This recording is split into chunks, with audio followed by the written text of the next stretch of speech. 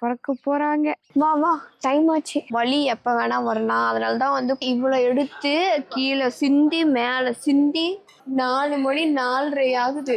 அங்க இங்க அலைஞ்சு திரிஞ்சு ஒரு மாதிரி பயமாவே இருக்கு. என்ன பண்ண போறாங்கன்னு தெரியல. நான் எப்படி இருப்பேன்னு தெரியல. என் ஹஸ்பண்ட் எப்படி, எங்க மாமா, வீட்டுல இருக்கவங்களாம் எப்படி இருப்பாங்கன்னே தெரியல என்னை பிரிஞ்சு. ஹாஸ்பிட்டல் போனால் என்ன சொல்லுவாங்க, எத்தனை நாள் ஆகும் அப்படிங்கிறதும் எனக்கு தெரில. லக்கேஜ்லாம் பேக் பண்ணி வச்சிட்டோம்.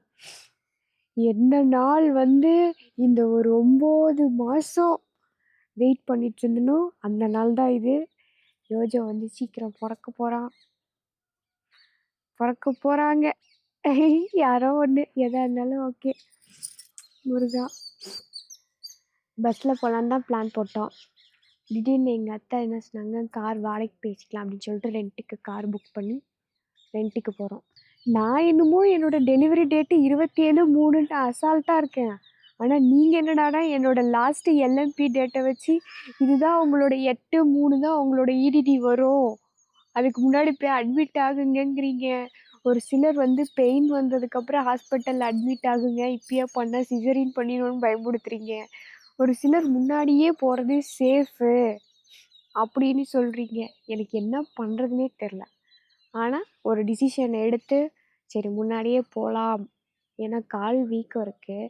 இல்லாமல் எங்கள் அத்தை வயிறு கொஞ்சம் கீழே இறங்கிடுச்சின்னாங்க. பெரியவங்களுக்கு தெரியும்ல, அதனால எங்கள் அத்தை போகலாம் இன்றைக்கி அப்படின்னு சொன்னோன்னே இன்றைக்கி கிளம்பிட்டோம். இதோ செயின் கொலுசுலாம் கழட்டி வச்சிடணும் வீட்டிலையே. லைட்டாக இருக்குது ரொம்ப. வளையல்லாம் ஹாஸ்பிட்டலில் போய் கழட்டிக்கலாம். என் செயினு இது மட்டும் கோல்டு ஆக்சசரிஸ்லாம் கழட்டி வச்சிடலாம். ஏன்னா அங்கே போயெல்லாம் கழட்டி வச்சு பத்திரமாலாம் வச்சிட்ருக்க முடியாது.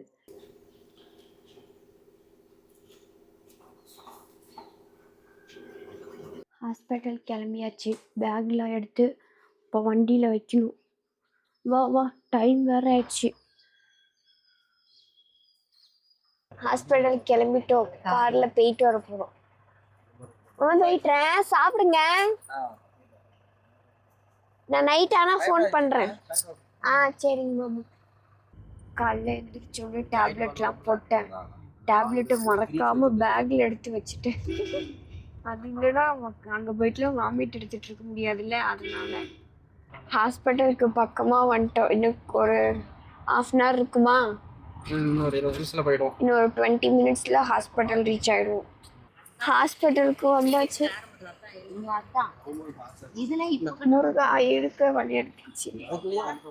அங்கதான் போயிட்டு பிபி எல்லாம் செக் பண்ணோம். வா வா டைம் ஆச்சு. பிபி எல்லாம் செக் பண்ணிட்டு ஹாஸ்பிட்டலுக்குள்ளே வந்துட்டேன். பட் டாக்டர் தான் இன்னும் வந்தேன். டாக்டர்லாம் பார்த்தாச்சு. வலி எப்போ வேணால் வரும்னு சொல்லியிருக்காங்க. வயிறு செக் பண்ணுறதுக்காக இப்போ உட்காந்துருக்கேன். இவங்க எப்போ கூப்பிடுவாங்கன்னு தெரில. பசி வேறு எடுத்து நல்லா நட்ஸ் வச்சுருந்தாங்க தின்னுட்டுருக்கேன். மாமா நான் அபி பேசுகிறேன். டாக்டர் பார்த்துட்டோம். எப்போ வேணால் வலி வரும், அதனால பெட்டில் சேர்ந்துக்கோங்க அப்படின்னு சொல்லிட்டாங்க.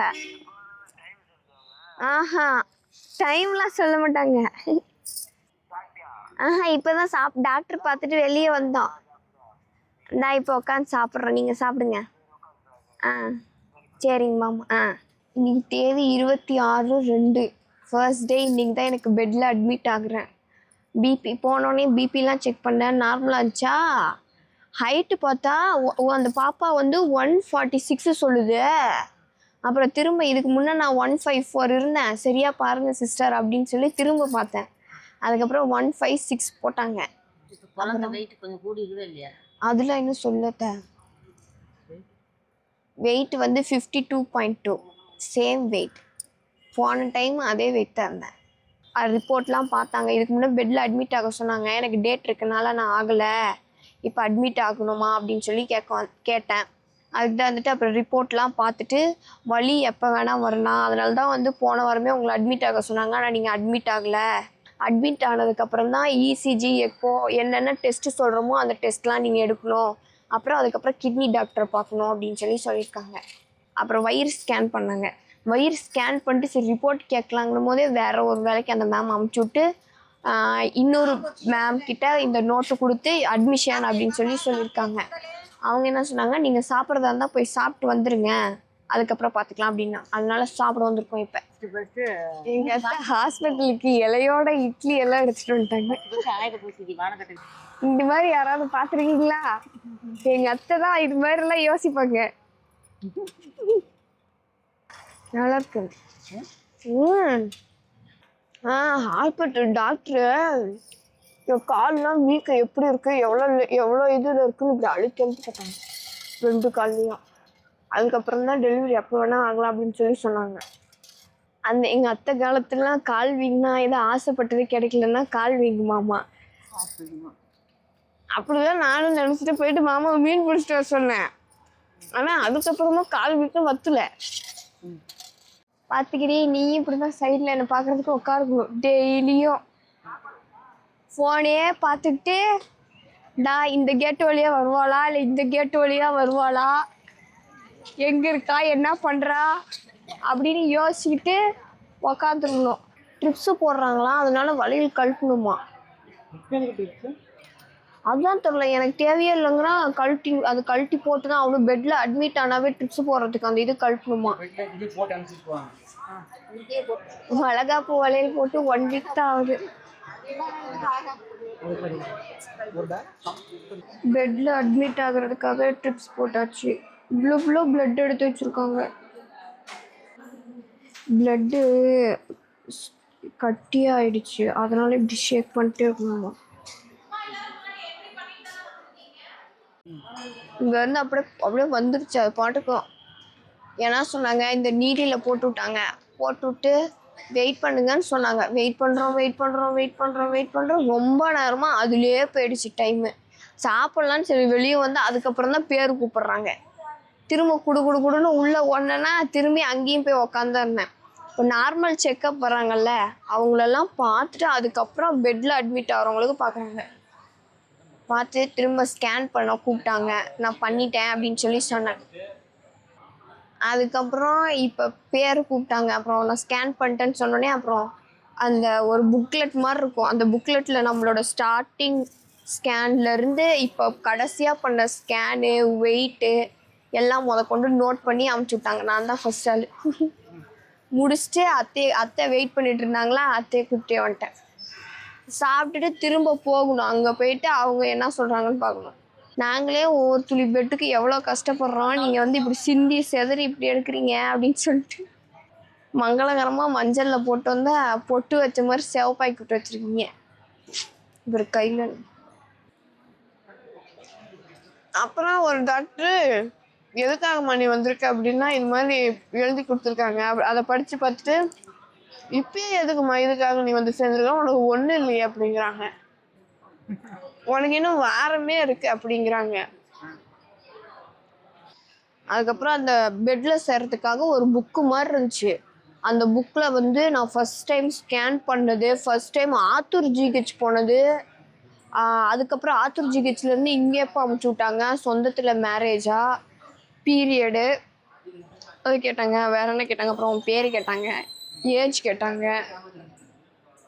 அதுதான் அவங்களே திருப்பி போட்டு பார்த்துக்கிட்டாங்க. நான் வேறு 2 நோட் வச்சுருந்தேன்னா. அப்புறம் ஆத்தூர் ஜிஹெச்சில் வந்து எத்தனை நாள் வாமிட்டுக்காக அட்மிட் ஆகிருந்த அப்படிலாம் சொல்லி கேட்டாங்க. இன்னமும் வாமிட் வருது அப்படின்னு சொன்னால் அதுக்கு எதுவுமே சொல்லவே இல்லை. இதெல்லாம் கேட்டு அந்த புக் ஃபுல்லாக எழுதி வச்சுருந்தாங்க. இன்னும் கொஞ்சம் பக்கம் இருந்துச்சு, அதெல்லாம் பெட்டில் அட்மிட் ஆகும்போது அந்த இது பண்ணுவாங்களாமா. எப்போ கூப்பிடுவாங்க, அத்தை கேளு சாப்பிட போகலாமான்னு கேட்கலாம், அந்த டாக்டர் போகக்கூடாதுன்னு சொல்கிறாரு. ஆமாம் தான் சார். ஏன் என்ன சொன்னாங்க? அதுவும் டாக்டர் எனக்கு அப்படிதான் ஒரு மாதிரி டயர்டா இருக்கு. காணலும் வேற வெயில் தெரிஞ்சு கொள்ளலாம், ஆனா ஒரு மாதிரி ஹீட்டா காணலா இருக்கு. இங்க நல்லா வேர்க்குது. நம்ம வீட்டுல வேர்க்கவே வேர்க்காது, இங்க எதுக்கு எடுத்தாலும் வேர்க்குது. ஒரு மாதிரி குப்புன்னு ஊசி போடும் போதெல்லாம் பயங்கரமா பயம் வந்து வேர்க்க ஆரம்பிச்சிருச்சு.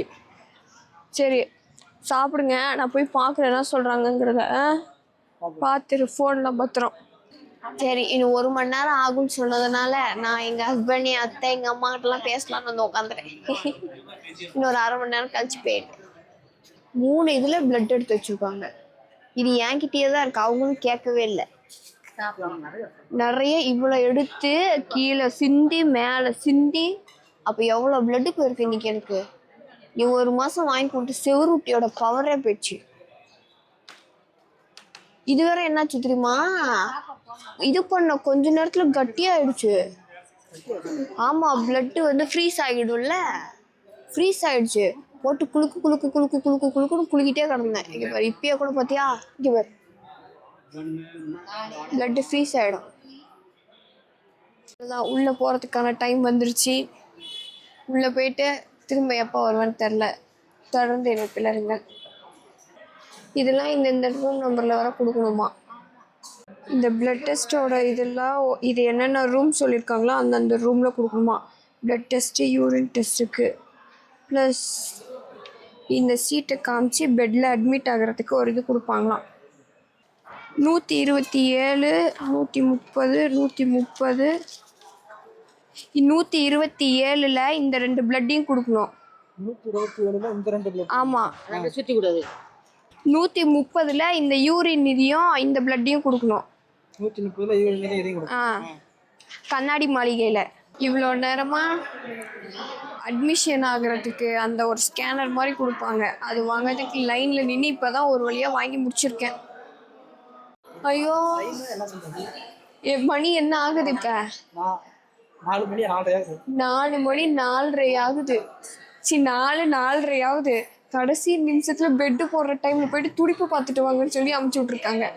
அது வரை ஏதோ 8ஆம் நம்பர் ரூமுக்கு போகணுமா. பெட்டில் அட்மிட் ஆக ஃபஸ்ட் ஆள் செகண்ட் ஆளாக வந்தோம். ஆனால் இப்போ நான் கடைசி எனக்கு முன்னாடி இதை எப்படி போகுது பாரு. காலையிலேருந்து அழிஞ்சு திரிஞ்சு இன்னமும் நான் பெட்டில் அட்மிட் ஆகலை. கடைசியாக பேபியோட ஹார்ட் பீட்டை போய் பார்த்துட்டு வாங்க அப்படின்னு சொல்லி சொன்னாங்க. பேபியோட ஹார்ட் பீட்டை நான் பார்த்துட்டு வர கேப்பில் எல்லோரும் பெட்டுக்கு அமுச்சு விட்டாங்க. இப்போ என்னோடய வார்டு எதுன்னு தெரியாமல் நான் இங்கே நின்றுட்டுருக்கேன். காலையிலேருந்து அங்கேயும் இங்கேயும் நடந்து ஒரே டயர்டு. பெட்டில் இனிமேட் தான் போயிட்டு அட்மிட் ஆகிட்டு ஃபஸ்ட்டு ரெஸ்ட் எடுக்கணும். கால் வீக்கம் வேறு அதிகமாக ஆகிப்பிடிச்சி, அங்கிட்டும் இங்கிட்டும் நடத்து. எனக்கு எடுத்த பிளட்டுக்கு நான் சாப்பிட்ணுமா. ஆமாம், எவ்வளோ பிளட்டு எடுத்துட்டாங்க. அது இல்லாமல் ஒரு டாப்பில் ஒழுவி கையிலேருந்து ஒழுவி ரொம்ப இதாகிடுச்சு. சாப்பிட்ணுன்னா எங்கே சாப்பிட்றது? உட்காந்து இதுதான் உங்கள் பெட்டு வார்டு அப்படின்னு எப்போ சொல்கிறாங்களோ அப்போ தான் ரிலாக்ஸாக இருக்கும். சரி, நான் போயிட்டு பெட்டை கண்டுபிடிச்சி போயிட்டு ரெஸ்ட் எடுக்கிறேன். இப்போ தான் வந்து பெட்டில் அட்மிட் ஆகுறதுக்காக இந்த ஒரு அட்டையை கொடுத்துருக்காங்க. இதை காமிச்சோம்னால தான் வெளியே வாட்ச்மேன் வந்து உள்ள விடுவார். அதுவும் ஒருத்தர் தான். பெட்டுக்கு பக்கத்தில் இருக்கவங்க மட்டும் தான் இதை வச்சுருக்கணும். எங்கள் அம்மா தான் இதை வச்சுருக்கணும். அப்புறம் இதெல்லாம் சொல்லக்கூடாது. அப்புறம் எங்கள் அத்தை. இந்த ஒரு பெட்டுக்காக 1 டேவே அங்கே இங்கே நான் அலைஞ்சு திரிஞ்சு, அதுலேயும் 1/2 ஒரு பெட்டில் 2 பேர் இப்போ இருக்கும். நிலைமையை பார்த்தீங்களா? என் ஹஸ்பண்ட் வேறு வீட்டுக்கு போகணும். அவர் எப்போ வீட்டுக்கு போவார், ரீச் ஆகிற வரைக்கும் படக்கு படக்கும் எனக்கு. நாளைக்கு ஒரு வீடியோவில் பார்க்கலாம். தொடர்ந்து இணைப்பில் நீங்கள். So tired. Cut cut cut.